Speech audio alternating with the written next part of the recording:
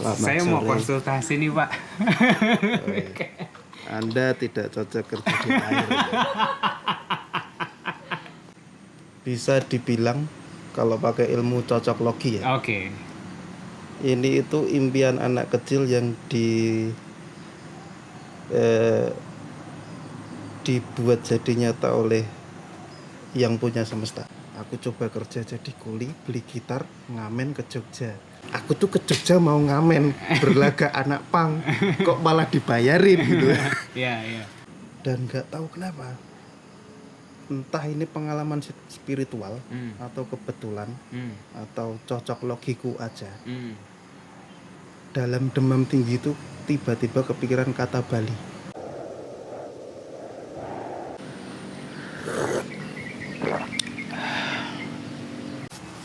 Selamat sore, Bapak. Selamat Saya mau sore. konsultasi nih, Pak. Anda tidak cocok kerja di air. Jadi itu panggilanku dulu waktu iya, kuliah. Ki Joko Stupid. Ki Joko Stupid. Iya. Sekarang udah tobat dia. Aku yang belum. Kamu yang mulai, Bapak. Salam kenal, Pak. Nama saya Yaser. Ini tamu saya berikutnya. Boleh perkenalkan dirinya? Nama saya Simon Widi. Simon Widi. Ya, Namanya agak ke barat-baratan tapi ada ke timur-timurannya juga.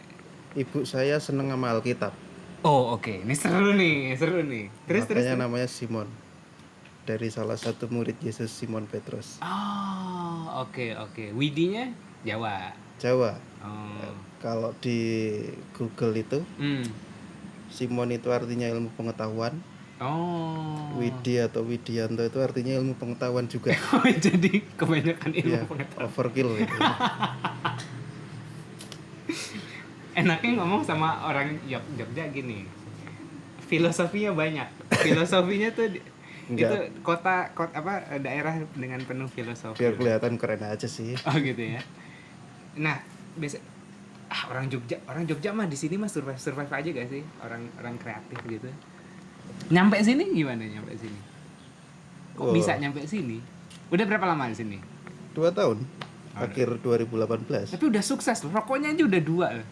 Kayaknya Lagi. Kalau kesini kenapa kok ke Bali? Iya, bisa nyangkut di sini nih. Eh, Direncanakan atau kecelakaan? apa ya? Bisa dibilang kalau pakai ilmu cocok logi ya. Oke. Ini itu impian anak kecil yang dibuat jadi nyata oleh yang punya semesta. Oh, oke. Setelah lulus SMA, saya lahir di Salatiga, Jawa Tengah. Nah, terus setelah lulus SMA itu, saya ikut bapak saya jadi kuli bangunan. Gitu. Iya. Nah, terus aku bilang ke emak saya, "Mak, aku pengen kuliah nih." Emak saya dengan santai ngomong, "Nggak punya duit le." Oh, ya sudah, mau gimana kan? Akhirnya di sela-sela nggak kerja dan kerja itu, karena masih ikut keluarga, santai lah ya. Yeah. Tiba-tiba itu saya punya impian gitu sambil melamun gitu. Aku pengen pergi ke 3 kota yang ada di Indonesia. Yang pertama Jogja, kedua Bandung, ketiga Bali. Nah, terus saya lihat TV, waktu itu nemenin ibu nonton Tersanjung. Tersanjung yang berapa nih?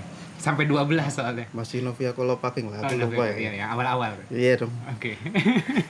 Nah, terus ada iklan rokok gitu, lokasinya di Jogja. Oh. Terus aku lihat itu iklannya mereka modif motor yang, wih, ngeri banget ya, kreatif banget ya. Gitu. Nah, semenjak saat itulah, yang pertama saya jadi pengen banget gimana ya cara bikin iklan biar di TV itu keren gitu ya. Oke. Yang kedua, aku pengen nih ke Jogja gitu. Nah, terus pengen banget waktu itu, ya udahlah, aku coba kerja jadi kuli, beli gitar, ngamen ke Jogja. Wah gila, itu umur berapa?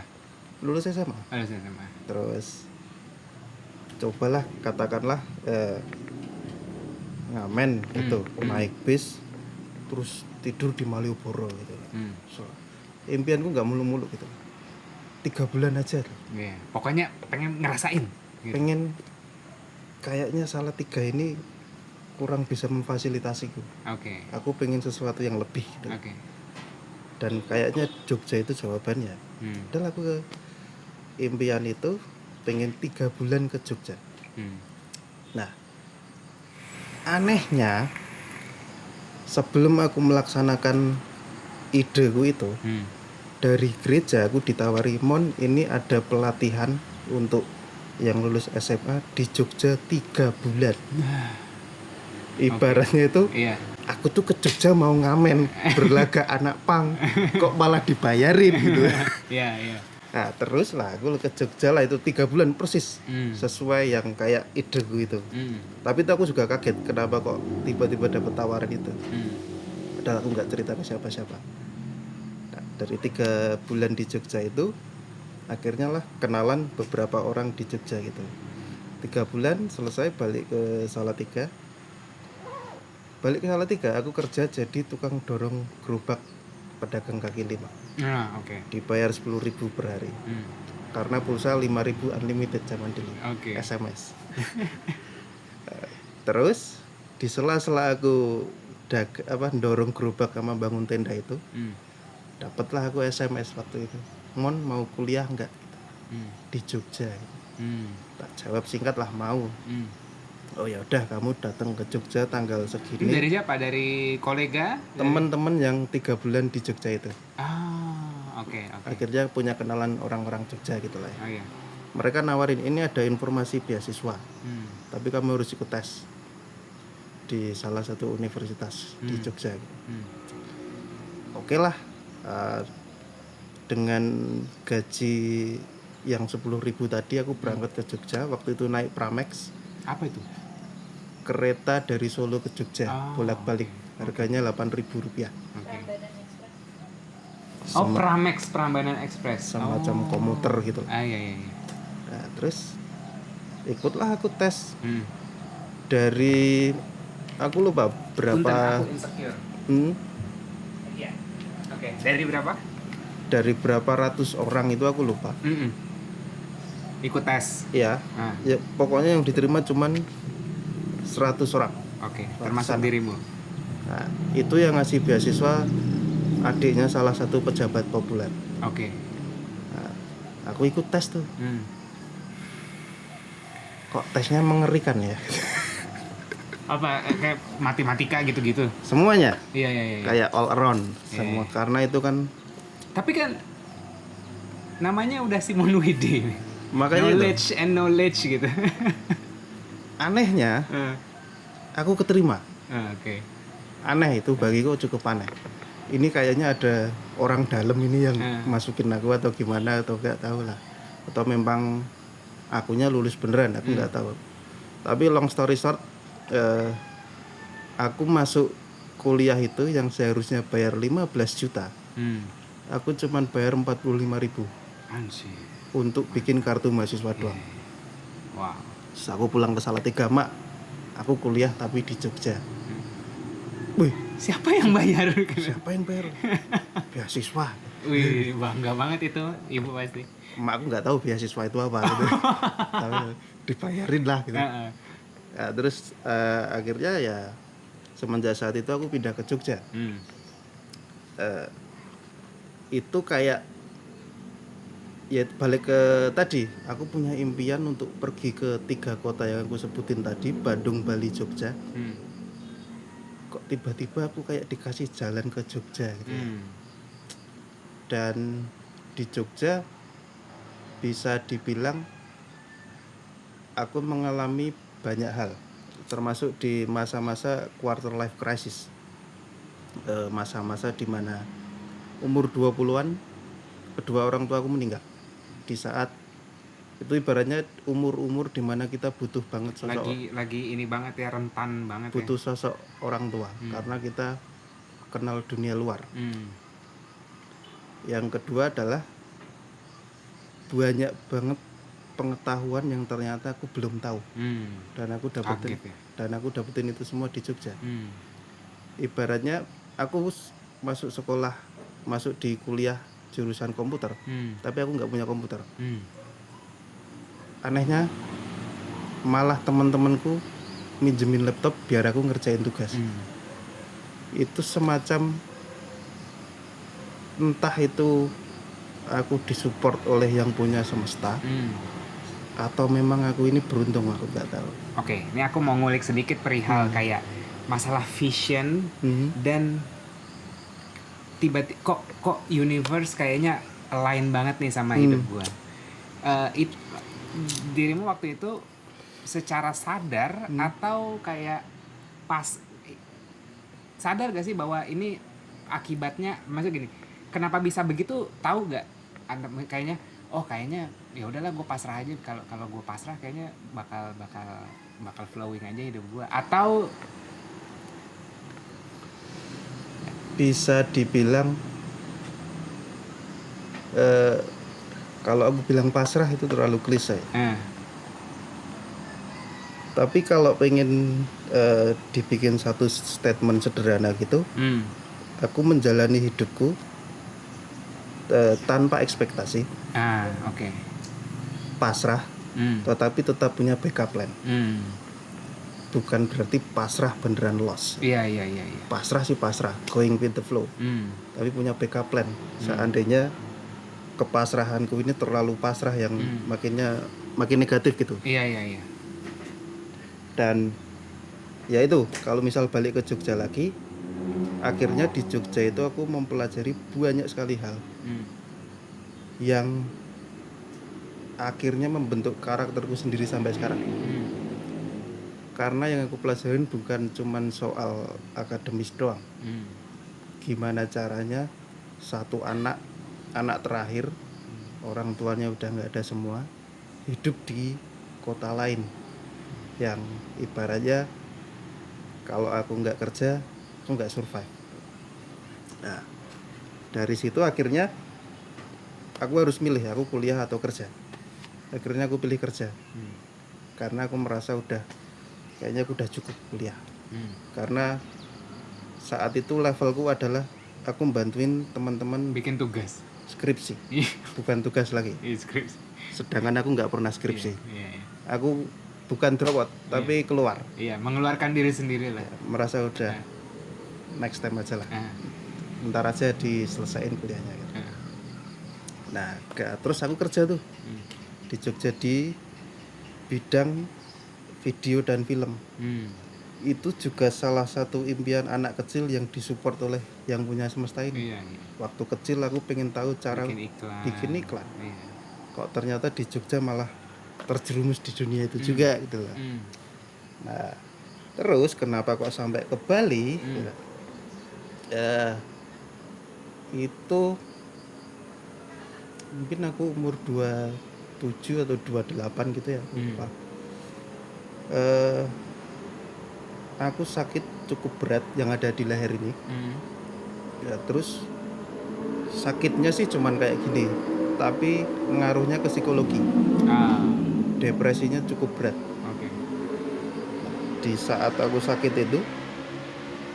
itu aku demam dan nggak tahu kenapa, entah ini pengalaman spiritual atau kebetulan atau cocok logiku aja.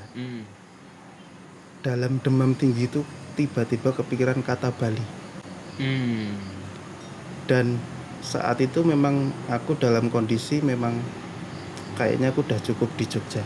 Aku mau balik ke Salatiga, ke Jawa Tengah, mungkin bikin gubuk, hidup aja di kebun gitu aja. Nggak usah, karena waktu itu aku mempertanyakan fungsi uang. Buat apa manusia punya uang? Terus akhirnya aku setelah kejadian itu ya udahlah, aku lupakan aja, aku mikir gimana caranya aku balik ke Salatiga.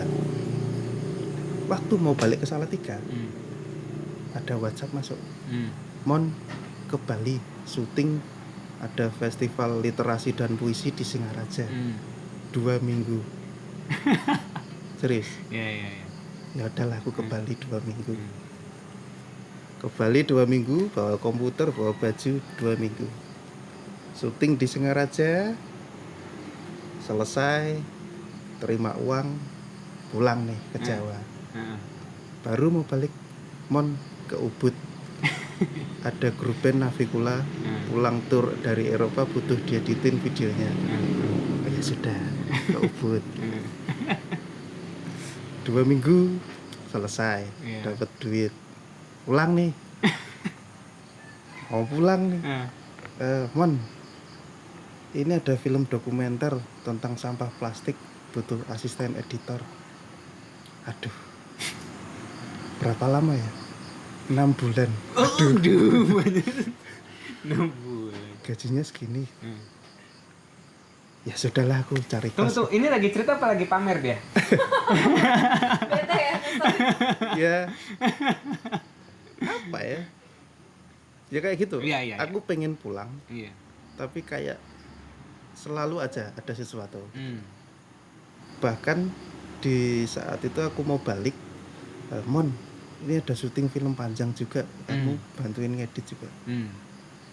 Kayak ada banyak hal yang membuatku untuk tunggulah di Bali dulu. Dan gara-gara itu juga aku diskusi dengan temanku, namanya Bagus. Kenapa ya Gus gitu? Karena temanku Bagus ini mengalami hal yang sama. Kenapa ya Gus? Kok kayaknya kalau mau pulang ada aja yang ini. Kalau kita mau balik atau ibaratnya kita datang ke Bali, nggak ada kenalan siapapun gitu. Kok ada aja. Akhirnya kita berdua bikin satu teori atau statement cepat gitu bahwa jangan-jangan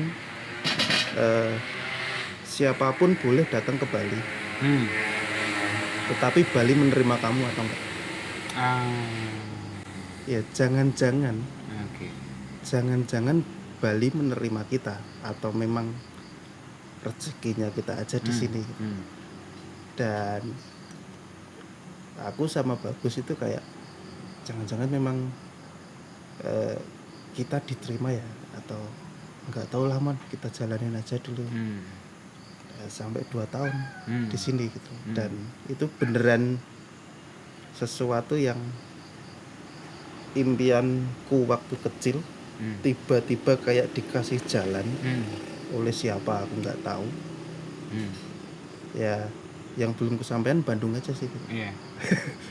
Aku ada sesuatu yang relate. Satu perihal fungsi uang, nanti mungkin akan aku bahas. 2, perihal kayak kita punya visi, terus tiba-tiba ngelakuin itu tanpa ekspektasi, terus tiba-tiba diarahkan lah ke sana. Aku mau berbagi sedikit pengalaman. Terkadang aku ngerasain malah gini, karena too good to be true, kadang-kadang meragukan. Aku nih ya, nggak tahu Mas Simon gimana. Aku kadang-kadang gini, gue pengen begini gitu kan, kejadian. Gue pengen begini kejadian. Terus anjir, kok too good to be true banget. Nah, secara apa ya? Kan kalau lagi di atas pasti nanti ada ke bawah gitu kan. Nah, aku selalu seek discomfort. Di saat aku masuk ke comfort zone, aku buru-buru keluar. Aku nggak suka gitu. Jadi di saat aku dapat satu yang enak, malah aku nggak suka sesuatu yang enak gitu. Aku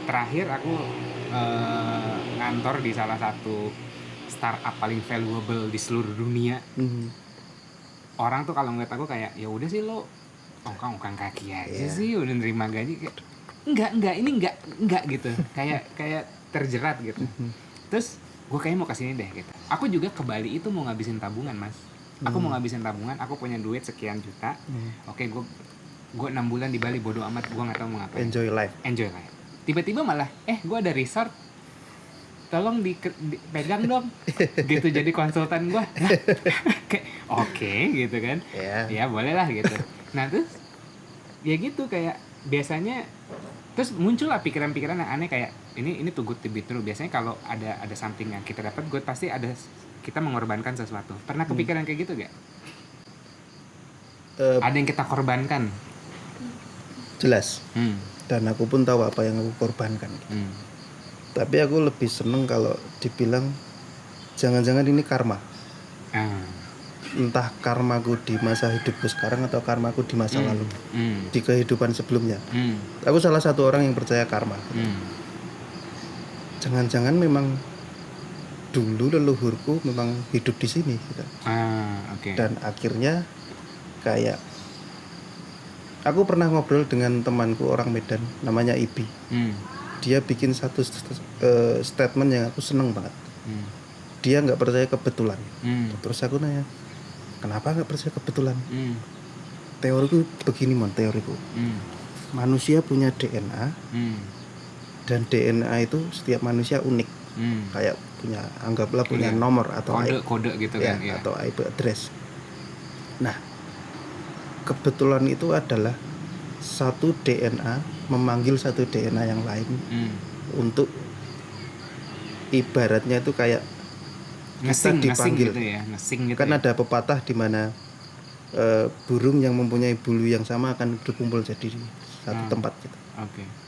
Jangan-jangan memang DNA kita itu saling telepon untuk attract satu sama lain ya, attract gitu ya, kayak magnet gitu ya. Kayak kita nge-track entah mungkin sadar atau nggak sadar, dan akhirnya disupport oleh yang punya semesta ini. Akhirnya ada jalan dan ketemu gitu. Itu teorinya temanku dan wah menarik juga sih gitu loh. Dan ya kenapa kok kita ini kayak pengen hidup sesuai tanpa ekspektasi tapi tetap punya plan, kok tiba-tiba kayak ada yang support gitu. Mungkin aku menganggap itu sebagai karma baik di masa lalu. Atau mungkin jangan-jangan kita ini ditempatin di sini untuk menebus dosa karma jelek di zaman dulu. Siapa tahu, kita nggak tahu juga sih gitu loh. Iya. Tapi balik lagi ke, maksudnya dia cukup punya DNA ini. Itu kan mungkin karena Mas Simonnya juga sadar bahwa gue gini, sadar akan panggilan itu, aware sama panggilan itu. Kayaknya kesini deh, udah coba gitu. Aku juga begitu, aku ngerasain gitu. Nah, gimana orang bisa sadar sama panggilan? Karena mungkin ada orang yang kayak gue kayaknya kesini tapi takut decision making. Ini kan hidupmu kan kayak decision makingnya kayak gitu kan. Nah, ada orang yang rigid banget yang kayak paham. Satu bawaan lahir. Dan aku bukan satu-satunya orang yang seperti ini. Ada banyak orang yang seperti ini. Secara general bahasanya adalah orang-orang yang sensitif. Kalau di Jawa, orang-orang Jawa zaman dulu, zaman kerajaan ya, itu mendalami yang namanya ilmu titen.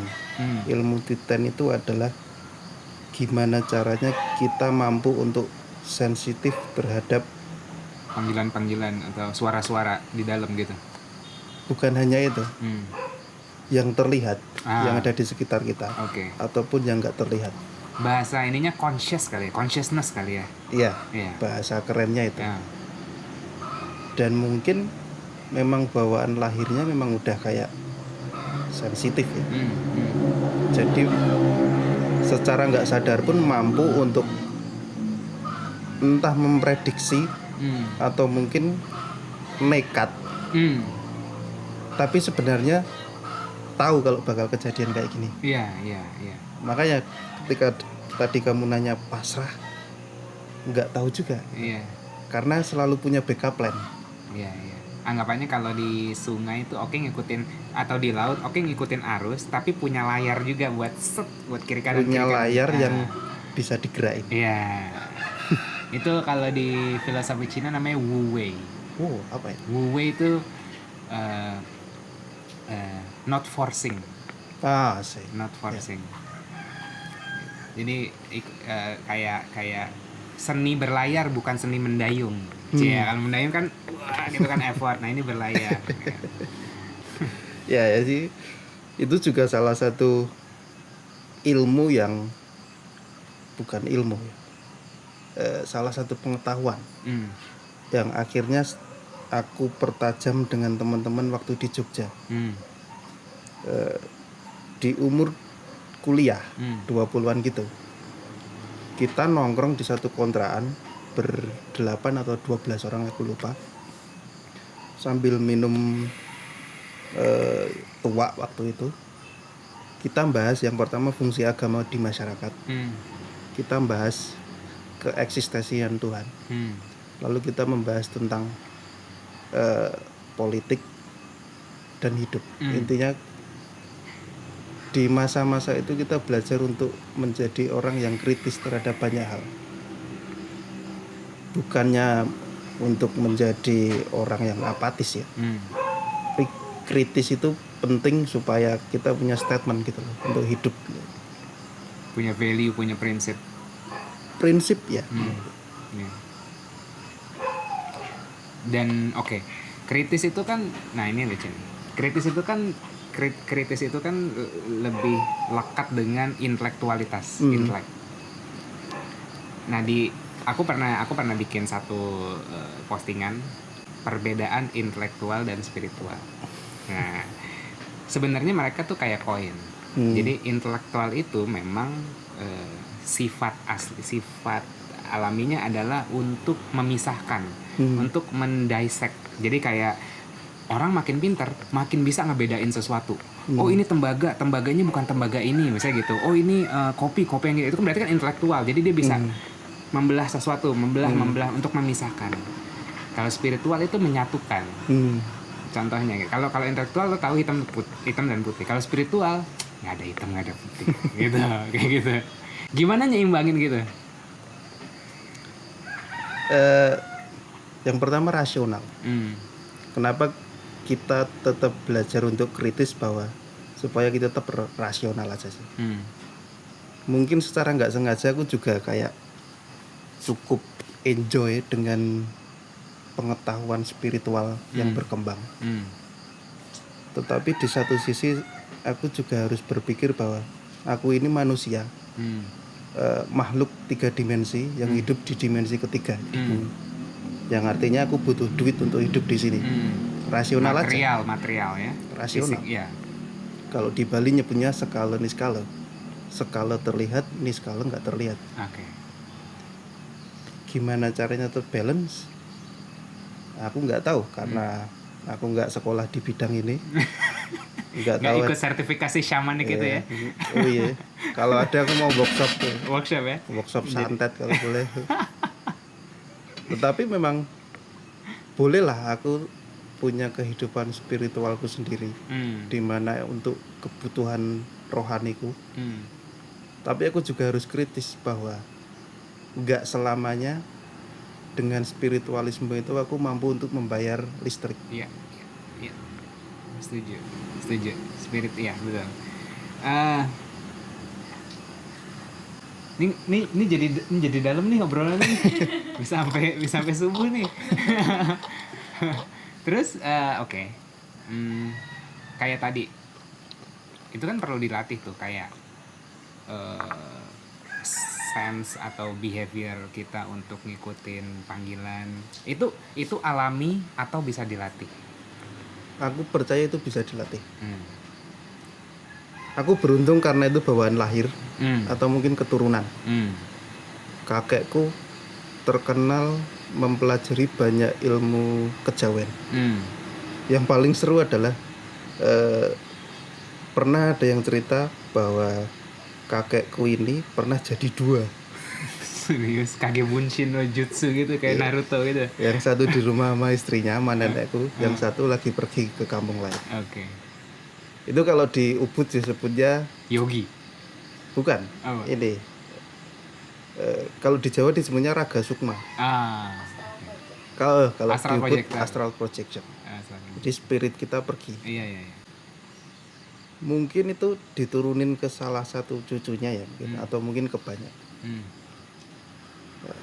Kalau dilatih, jelas harus dilatih. Ibaratnya, nih kamu tak kasih skill untuk ngedit film, dan kamu nggak pernah latihan, tetap aja hilang sih. Iya, oke.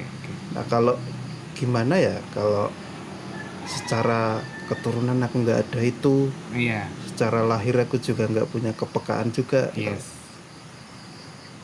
Mungkin yang paling sering, kalau pendapatku pribadi sih, sering-seringlah mengurangi beban pikiranmu sih. Yoga mungkin membantu bagi beberapa orang, sedangkan aku tidak, bagiku yoga nggak work bagiku, karena aku punya meditasi yang sesuai seleraku gitu. Oke.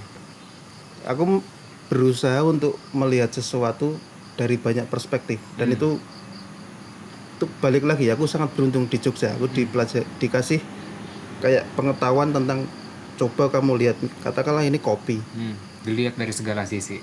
jangan cuma lihat ini minuman. Iya. Cobalah kamu dari perspektif petani, perspektif pedagang, perspektif dokter dan semuanya, ataupun dari perspektif pekerja seni yang lekat dengan kopi gitu. Termasuk itu tadi yoga gitu. Bagiku yoga adalah salah satu cara untuk membuatmu fokus. Yeah. Sedangkan meditasi bagiku adalah, aku ngecat rumah itu meditasi. Kemudian di dapur misalnya bantuin masak gitu, itu meditasi bagiku. Walaupun ada beberapa momen gitu yang coba aku kayak diam gitu. Yogis biar kayak biar kayak Patih Gajah Mada ini kan.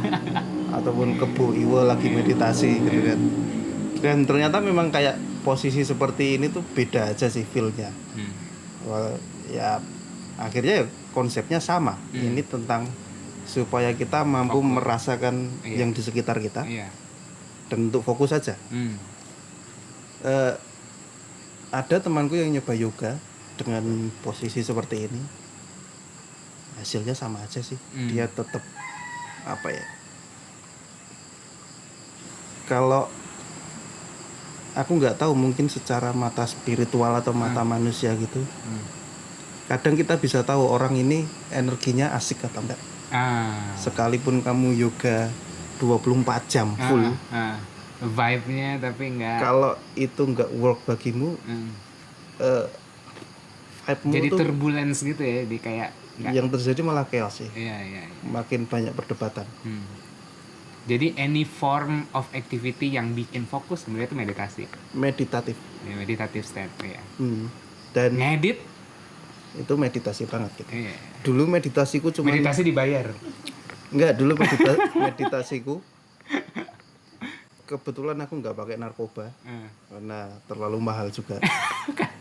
Kalau affordable dibeli ya. Ya kalau legal belilah. Iya. Kamu nggak tahu juga rasanya gimana, nggak pernah beli gitu. Tetapi narkobaku adalah rokok dan kopi. Dan dua benda ini mampu untuk menjadi alat meditasiku. Ya sudah, kurang banyak jalan menuju Roma gitu lah. Tujuanku hanya untuk supaya aku calm down. Rokok dan kopi udah menyelesaikan masalah. Gak usah neko-neko, kalau emang udah cocok ngapain. Iya. Wow. Nggak mau nyalain lampu nih. Boleh. Aku aja deh. Oh iya. Wah, ya ada asisten produser nih. Sip. Udah. Waktu itu menanyakan apa fungsi uang, dalam rangka apa?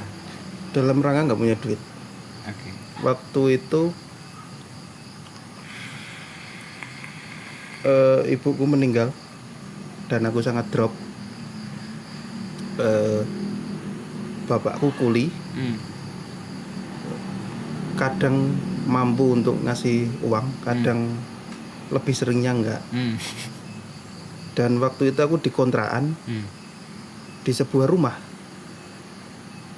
Dulu teman-teman ngambil rumah itu ada 6 kamar dan harganya cuma 12 juta. Oke. Murah banget kan? Ambil. Kenapa kok murah? Sebelahnya kuburan. bagiku no No problem. problem. Gue juga nggak ada takut-takutnya mau kuburan ya. Aku lebih takut kalau harganya mahal. Iya. Teman-temanku baik banget. Aku tinggal di situ nggak bayar. Waktu itu aku cuman pegang duit 14.000 receh semua. Dan bapakku mampu ngirim minggu depan lagi. Sekitar 6 atau 7 hari lagi. Aku lupa. Di situ tuh aku terus, kenapa ya manusia ini butuh duit? Akhirnya dari situ berkembang. Siapa sih yang nyiptain sistem perbankan? Terus akhirnya ada Rothschild lah, ada Illuminati lah gitu. Ataupun Remason gitulah. Ini kenapa sih manusia nggak pakai seni barter aja sampai sekarang? Kenapa harus ada simbol uang yang ini tuh cuman kertas dan koin? Kenapa kok berharga banget gitu? Dan mungkin itu salah satu cara bagiku untuk menghibur diriku sendiri. Karena tuh waktu itu bener-bener aku dalam kondisi siklusnya di bawah, kerja males, kuliah males, pengennya nggak usah ngapa-ngapain, tapi cuman punya duit 14.000. Ini kiriman baru datang minggu depan nih. Ini fungsi uang tuh untuk apa sih sebenarnya? Terus dari situ akhirnya bisa nggak ya aku ini hidup tanpa uang? Dari situ aja sih. Dan dalam 3 tahun, aku ingat banget, dalam 3 tahun, dalam rangka masih mempertanyakan fungsi uang itu, akhirnya aku berhasil membedakan apakah aku pengen atau apakah aku butuh. Dalam 3 tahun. Itu penting banget gitu. Dalam 3 tahun. Dan itu triggernya adalah gara-gara uang 14.000. Lo harus melarat dulu biar lo tahu apa yang lo butuh dan apa yang cuman keinginan semata. Itu sebenarnya conscious decision sih. Mungkin. Kalau harus melarat dulu, aku nggak tahu ya. Mungkin kalau kita nggak bisa belajar sendiri, mau nggak mau life bikin kita untuk belajar kan? Ya, kata yang tepat mungkin kamu harus mengalami sesuatu yang hebat dulu. Dan itu harus sangat memukul dulu sih. Barulah dari situ kita kayak ditampar bahwa ternyata begini ya. Hidup itu merantau, anak terakhir gitu. Apalagi zaman muda masih punya idealisme yang kayak aku nggak mau kerja inilah, ini nggak sesuai tasteku ini nggak ada estetiknya. Nggak lah, sekarang ya kayak, dan semenjak aku mampu membedakan mana butuh mana pengen, sekarang nothing tulus ya. Kayak bulan ini aku butuh uang segini untuk membayar ini itu. Kalau lebih syukur, kalau kurang dicari. Pernah dalam setahun aku nggak pernah tahu gajiku. Karena ketika ditanya gaji ditransfer kemana, tak kasih rekeningnya temanku. Oh iya. Dan dalam 1 bulan aku cuman minta waktu itu 3 juta doang. Selebihnya aku nggak tahu sisa uang. Mengapa melakukan seperti itu? Supaya aku hanya pengen membuat statement bahwa aku lebih tinggi daripada uang itu sendiri. Yes. Hanya dalam rangka itu sih. Nice. Kan iya. Aku tuh benci banget di saat aku merasa kalah sama uang gitu. Kayak fuck, gue kalah sama angka digital. Gue menderita gara-gara ngelihat rekening. Kayak shit, I'm bigger than this gitu. Tapi ya pasti adalah masanya dimana kita bener-bener aduh, ternyata bulan ini kebutuhannya banyak ya. Ada masa-masa dimana akhirnya aku harus menurunkan sedikit. Oke, aku butuh kerja sama dengan uang. Kalau aku dan teman-teman Jogja itu menyebutnya oke lah, aku melacur sebentar. Melacur dalam artian aku kerja apapun demi rupiah ataupun dolar. Karena aku punya tanggung jawab yang dimana tanggung jawabku selesai dengan rupiah itu sendiri. Lebih sering kedatangan uang saat melacur atau tidak melacur? Lebih sering kedatangan uang waktu nggak dicari. Iya kan? Gue cuma mau konfirmasi aja sih, soalnya gue juga penganut itu. Iya. Kalau dicari itu kadang nggak datang. Iya. Karena lari dia. mungkin itu permainan pikiranku sendiri ya. Hmm. Kayak aku mengharapkan sesuatu untuk datang. Dan akhirnya aku kecewa dalam hitungan jam karena hal itu nggak datang. Beda halnya ketika aku pengen makan soto nih, udah gitu aja, nggak usah dikasih deadline. Kalau 3 hari kemudian aku berhasil makan soto, itu rasanya kayak achievement. Iya kayak iya. Beda halnya kayak, aku pengen makan soto malam ini, malam itu nggak dapet, kecewa aja gitu. Iya. Mungkin permainan pikiran aja, bukan sesuatu yang ajaib aja sih ya. Aku mau konfirmasi lagi. Biasanya kalau udah kepikiran kayak fungsi uang, kepikiran nggak kayak anjir gue datangnya dari mana sih? Iya kan? Kepikiran kalau aku. Iya. Kalau Apa yang dirimu lakukan saat ini gue datangnya dari mana sih? Gitu. Apa yang kamu lakukan, Mas? selain belajar membedakan mana butuh mana pengen, aku juga belajar untuk tidak terkejut. Katakanlah tiba-tiba hari ini aku di teks dapat kerjaan yang nilainya cukup besar gitu. Ya sudah, biasa aja, nggak usah kaget gitu. Dan akhirnya mencoba untuk menghibur diri. Oh, aku dapat kerjaan ini karena kemarin aku nongkrong di sini, kenal sama ini, dan secara nggak sadar mungkin aku promosi atau temanku promosiin. Itu karma aja sih. Karma. Yeah. Bukan sesuatu yang mengagetkan, tetapi sesuatu yang memang aku coba untuk usahakan itu terjadi. Entah itu terjadi atau enggak, yang penting aku usaha dulu lah. Pas dapet, oh iya ya, karena ngerasa biasa aja, jadi nggak ada perasaan kayak gua berhak atau enggak ya mendapatkan ini. Kalau itu beda cerita. Oke. Waktu pandemi, penghasilanku terlalu luar biasa. Oke. Dan aku merasa aku kebanyakan ya. Aduh, yang gue rasain. Oke, terus. Dan Itu mulai, nah di saat kebanyakan nih, terus ngerasa apa? merasa ini, aku merasa nggak enak dengan teman-temanku yang kehilangan pekerjaan. Dan mungkin secara apa ya, secara ekonomi aku ini bodoh banget, dikasih duit banyak malah dibagi-bagi ke teman-teman. Tapi kan bukan masalah itu. Ini masalah, kalau orang Jawa bilangnya srek nggak srek.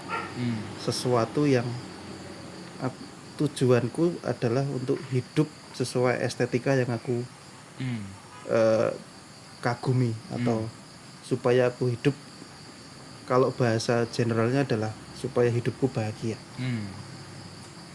Ini aku dikasih duit banyak kok aku malah nggak bahagia ya. Bahagiaku berlebihan, aku harus kurangin. Porsiku segini doang sih. Dan ya akhirnya aku bagi-bagi itu, walaupun aku nggak woro-woro ya. Aduh, gue nggak aneh sendiri, alhamdulillah ada orang yang mirip-mirip, ada temennya. Mungkin bisa dibilang karena waktu kecil ibuku dan bapakku hidup dengan kondisi yang kurang dari kata cukup. Akhirnya sesuatu yang mewah itu jauh banget dari hidupku. Tiba-tiba dikasih duit 1 triliun gitu. Canggung gitu ya. Dikasih duit 1 triliun ini buat apa gitu. Coba bikin pusing ya. Bikin pusing ya udahlah. Sana kalau bikin pusing gitu. Ya mungkin akhirnya pakai ilmu ekonomi yang aku pahami dengan caraku sendiri ya. Oke lah, aku investasikan ke manusia dengan cara kalau agama menyebutnya sedekah gitu. Hmm. Oke lah, cobalah aku kasih gini. Anggaplah aku investasi, tetapi bukan secara ilmu ekonomi, secara ilmu spiritual aja lah gitu. Iya. Yang agama menyebutnya sedekah gitu. Tapi ya gitu, nggak sedekah ya secara natural nggak bisa lo expect. Enggak. Iya, udah lepas aja. Iya kan? Kalau sedekah diinget-inget, Nah itu bagiku bukan sedekah sih. apa namanya? Namanya itu nanam modal yang berharap return. Iya. Kalau bisa returnnya Lebih ada tinggi. profit. Iya. Jujur aku pun lupa. Hmm. Aku udah sedekah ke siapa aja karena kayak latah gitu. Iya. Aku cukupnya segini kok sebulan, ngapain banyak-banyak gitu. Tapi adalah waktu di mana dalam sebulan aku ternyata butuh lebih dari itu. Dan itu saatnya balik ke tadi, aku harus melacur dulu. Biar tetap balance dan tetap dianggap orang normal aja sih. Oke. Kalau ditanya kerja gitu. Wah mon ini kok gratisan? Ya sebenarnya aku nggak pengen dibayar, karena aku cuman pengen Seneng aja biar kayak ya mungkin sedekah atau apa. Tapi biar kelihatan normal. Oh ya ini invoice gitu. Biar kelihatan normal aja sih. Kalau memang nggak ada uang di dunia ini, apa yang mau Mas Simon lakuin? Apa ya? Kalau rupanya di seluruh dunia ini nggak ada yang namanya uang, kita bisa ngelakuin apa yang kita mau. Apa yang mau Mas Simon lakuin selama dikasih kesempatan untuk hidup? Yang jelas sih, kalau untuk individu mungkin aku hanya akan hidup seperti orang zaman dulu gitu ya, di kebun, punya lahan sendiri gitu, untuk mencukupi kebutuhan sehari-hari secara individu gitu. Tapi terlepas ada uang ataupun gak ada uang, sebisa mungkin menjadi seorang individu yang mempunyai dampak at least keluarga kecil. Nggak usah mulu-mulu menjadi dampak untuk Satu orang aja di sebelah kita juga udah cukup ya. Seenggaknya kayak gitu aja sih. Terlepas ada uang ataupun nggak ada uang, menjadi orang yang mampu membuat dampak itu nggak butuh duit. Okay. Dan kalau ditanya gimana kalau dunia ini nggak ada duit, aku sekarang menganggap duit itu biasa aja gitu. Mungkin jangan-jangan aku sekarang menganggap duit itu nggak ada gitu. Ya, malah sebenarnya udah nggak ada di secara nilai udah nggak ada. Bagiku duit itu alat, udah gitu Iya. aja. Kalau alat itu hilang diganti ya silahkan. Balik ke barter itu tetap duit, Iya. bentuknya barang aja. Cuman alat tukar aja. Alat tukar aja. Oke, nice conversation. Kayaknya ada episode berikutnya untuk nukar filosofi masing-masing, kayak seru sih. Soalnya aku suka dengan, aku nggak gitu menyelami culture Indonesia sebenarnya. Sebenarnya aku pengen, makanya mungkin aku tuh pengen ke Bali kayak mereka ikut ibadah, aku cuma coba ibadah gitu. Aku pengen gitu. Yang aku konsumsi informasi kayak ya udah filosofi Cina lah, Wu Wei, filosofi mana gitu-gitulah. Alan Watts, tahu Alan Watts nggak? Tahu. Nah aku suka banget sama dia. Nah itu kan nggak, nah kayaknya seru nih kalau masnya kan lokal ini banget nih, lokal wisdom banget, kayaknya seru nih buat tuker-tukeran. Aku cuman lokal youth aja. Tapi kalau ngomongin agama gitu ya, apa ya? Aku suka banget bercandain agama sih. Sama. Kalau saranku pribadi sih, dari perspektifku ya, jangan pernah memaksakan agamamu ke orang lain. Yeah. Terserah kamu mau memeluk Tuhan itu adalah benda, Tuhan itu adalah apa, terserah. Tapi jangan mencoba untuk memprovokasi orang lain bahwa yang kamu percayai adalah benar. Iya. Kayak gitu aja sih gitu. Oh ya, terakhir Terakhir. kalau misal kayak yang tadi dibahas itu ya, Nah, teman-teman mau ke Bali atau enggak itu iya. apa ya, aku tidak mau mengajak seseorang untuk pindah dari satu tempat ke tempat lain. Oke. Semua keputusan itu kalian sendiri. Oke. Tetapi jika memang kalian udah mantep untuk pindah ke sebuah tempat, tolonglah respect yang ada di situ. Oke. Janganlah terlalu menggurui sih, tetapi berusahalah untuk adaptif aja sih. Jangan, kecuali kamu memang mempunyai sesuatu yang disepakati oleh banyak orang bahwa itu benar, lalu kemudian kamu datang, bawa lalu kemudian kamu datang mempengaruhi di situ, itu oke aja. Tetapi sesuatu yang kamu anggap benar oleh kamu sendiri, lalu kamu datang ke tempat baru lalu dipaksakan gitu ya, itu kayak kamu ini lebih kecil dari tempat itu. Bali itu lebih besar daripada kamu sendiri. Kok kamu datang dengan egoisme, kamu datang dengan segala kesombongan bahwa kamu yang maha tahu dari pulau itu sendiri. Iya. Aku dapat pattern dari mbaknya dan masnya, pattern yang mirip-mirip perihal oke, kalau kesini jangan gini-gini ya, jangan gini-gini ya. Memang banyak ya kayak gitu ya. Banyak. Oke. Aku nggak tahu. Maksudnya, gue aman nggak sih? Gue gimana? Gue tahu jajan gue orang yang kayak gitu lagi. Ya enggak sih. Nah. Enggak tahu. Masalahnya kan balik ke yang kita bicarain tadi. Kita ini diterima oleh Pulau Bali atau enggak? Okay. Seleksi alam aja. Ada kok teman-teman yang terpental, yang mencoba banget untuk di sini, tetapi ternyata, jangan-jangan teman-teman kita ini punya urusan di Pulau Jawa atau dimanapun yang belum selesai. Okay. Akhirnya dia disuruh pulang dulu, tolong itu diselesain. Iya. Barulah kesini. Tetapi kalau yang pindah ke Ubud itu, kalau ilmu cocok loginya, Ubud itu dari kata obat. Wis, mantap nih. Serius? Iya. Serius? Oke. Heal. Katanya seperti itu. Aku nggak tahu.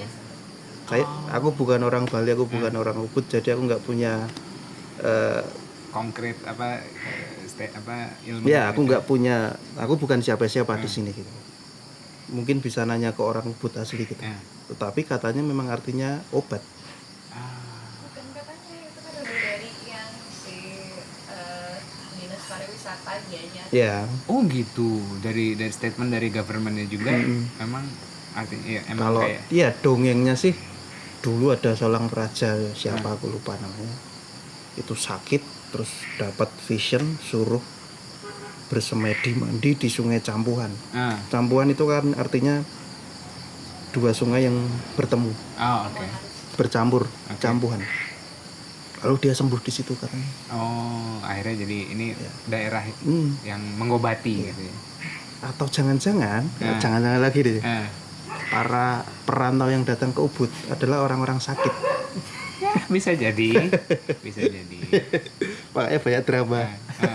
Tapi sakitnya kan beda-beda. Iya. Rata-rata sakit pikiran. Intangible sickness. Gelap loh. Apa? Gelap. Oh iya, nggak apa-apa. Oke, kalau gitu. Thank you sharing-sharingnya Mas Simon. Ya. Waktunya pasti ya nggak ada yang pasti sih, tapi aku akan senang jika memang kalau ada kesempatan buat ngobrolin hal-hal yang lebih. Ini kan permulaannya nih general, mungkin ada obrolan yang lebih seru. Ya kalau dariku sih kayak bercandain agama seru sih, tapi next lah. Aku ada beberapa kali podcastan juga bercandain agama gitu. Boleh. Tapi dalam konteks bukan ngejelek-jelekin, tapi kayak agama tuh ya gitu aja, maksudnya bukan something yang lo harus jadi jangan jadiin agama tuh ego gitu. Itu gitulah gitu. Panjang. So, tadi nutupnya gimana? Sampai jumpa di Sampai jumpa di Yes. podcast Yes Moment berikutnya dengan tamu-tamu Ubud yang unik-unik lainnya. Iya. Oke? Bye. Bye. Agama itu kesepakatan. Thank you Mas ya. Iya. Like and subscribe.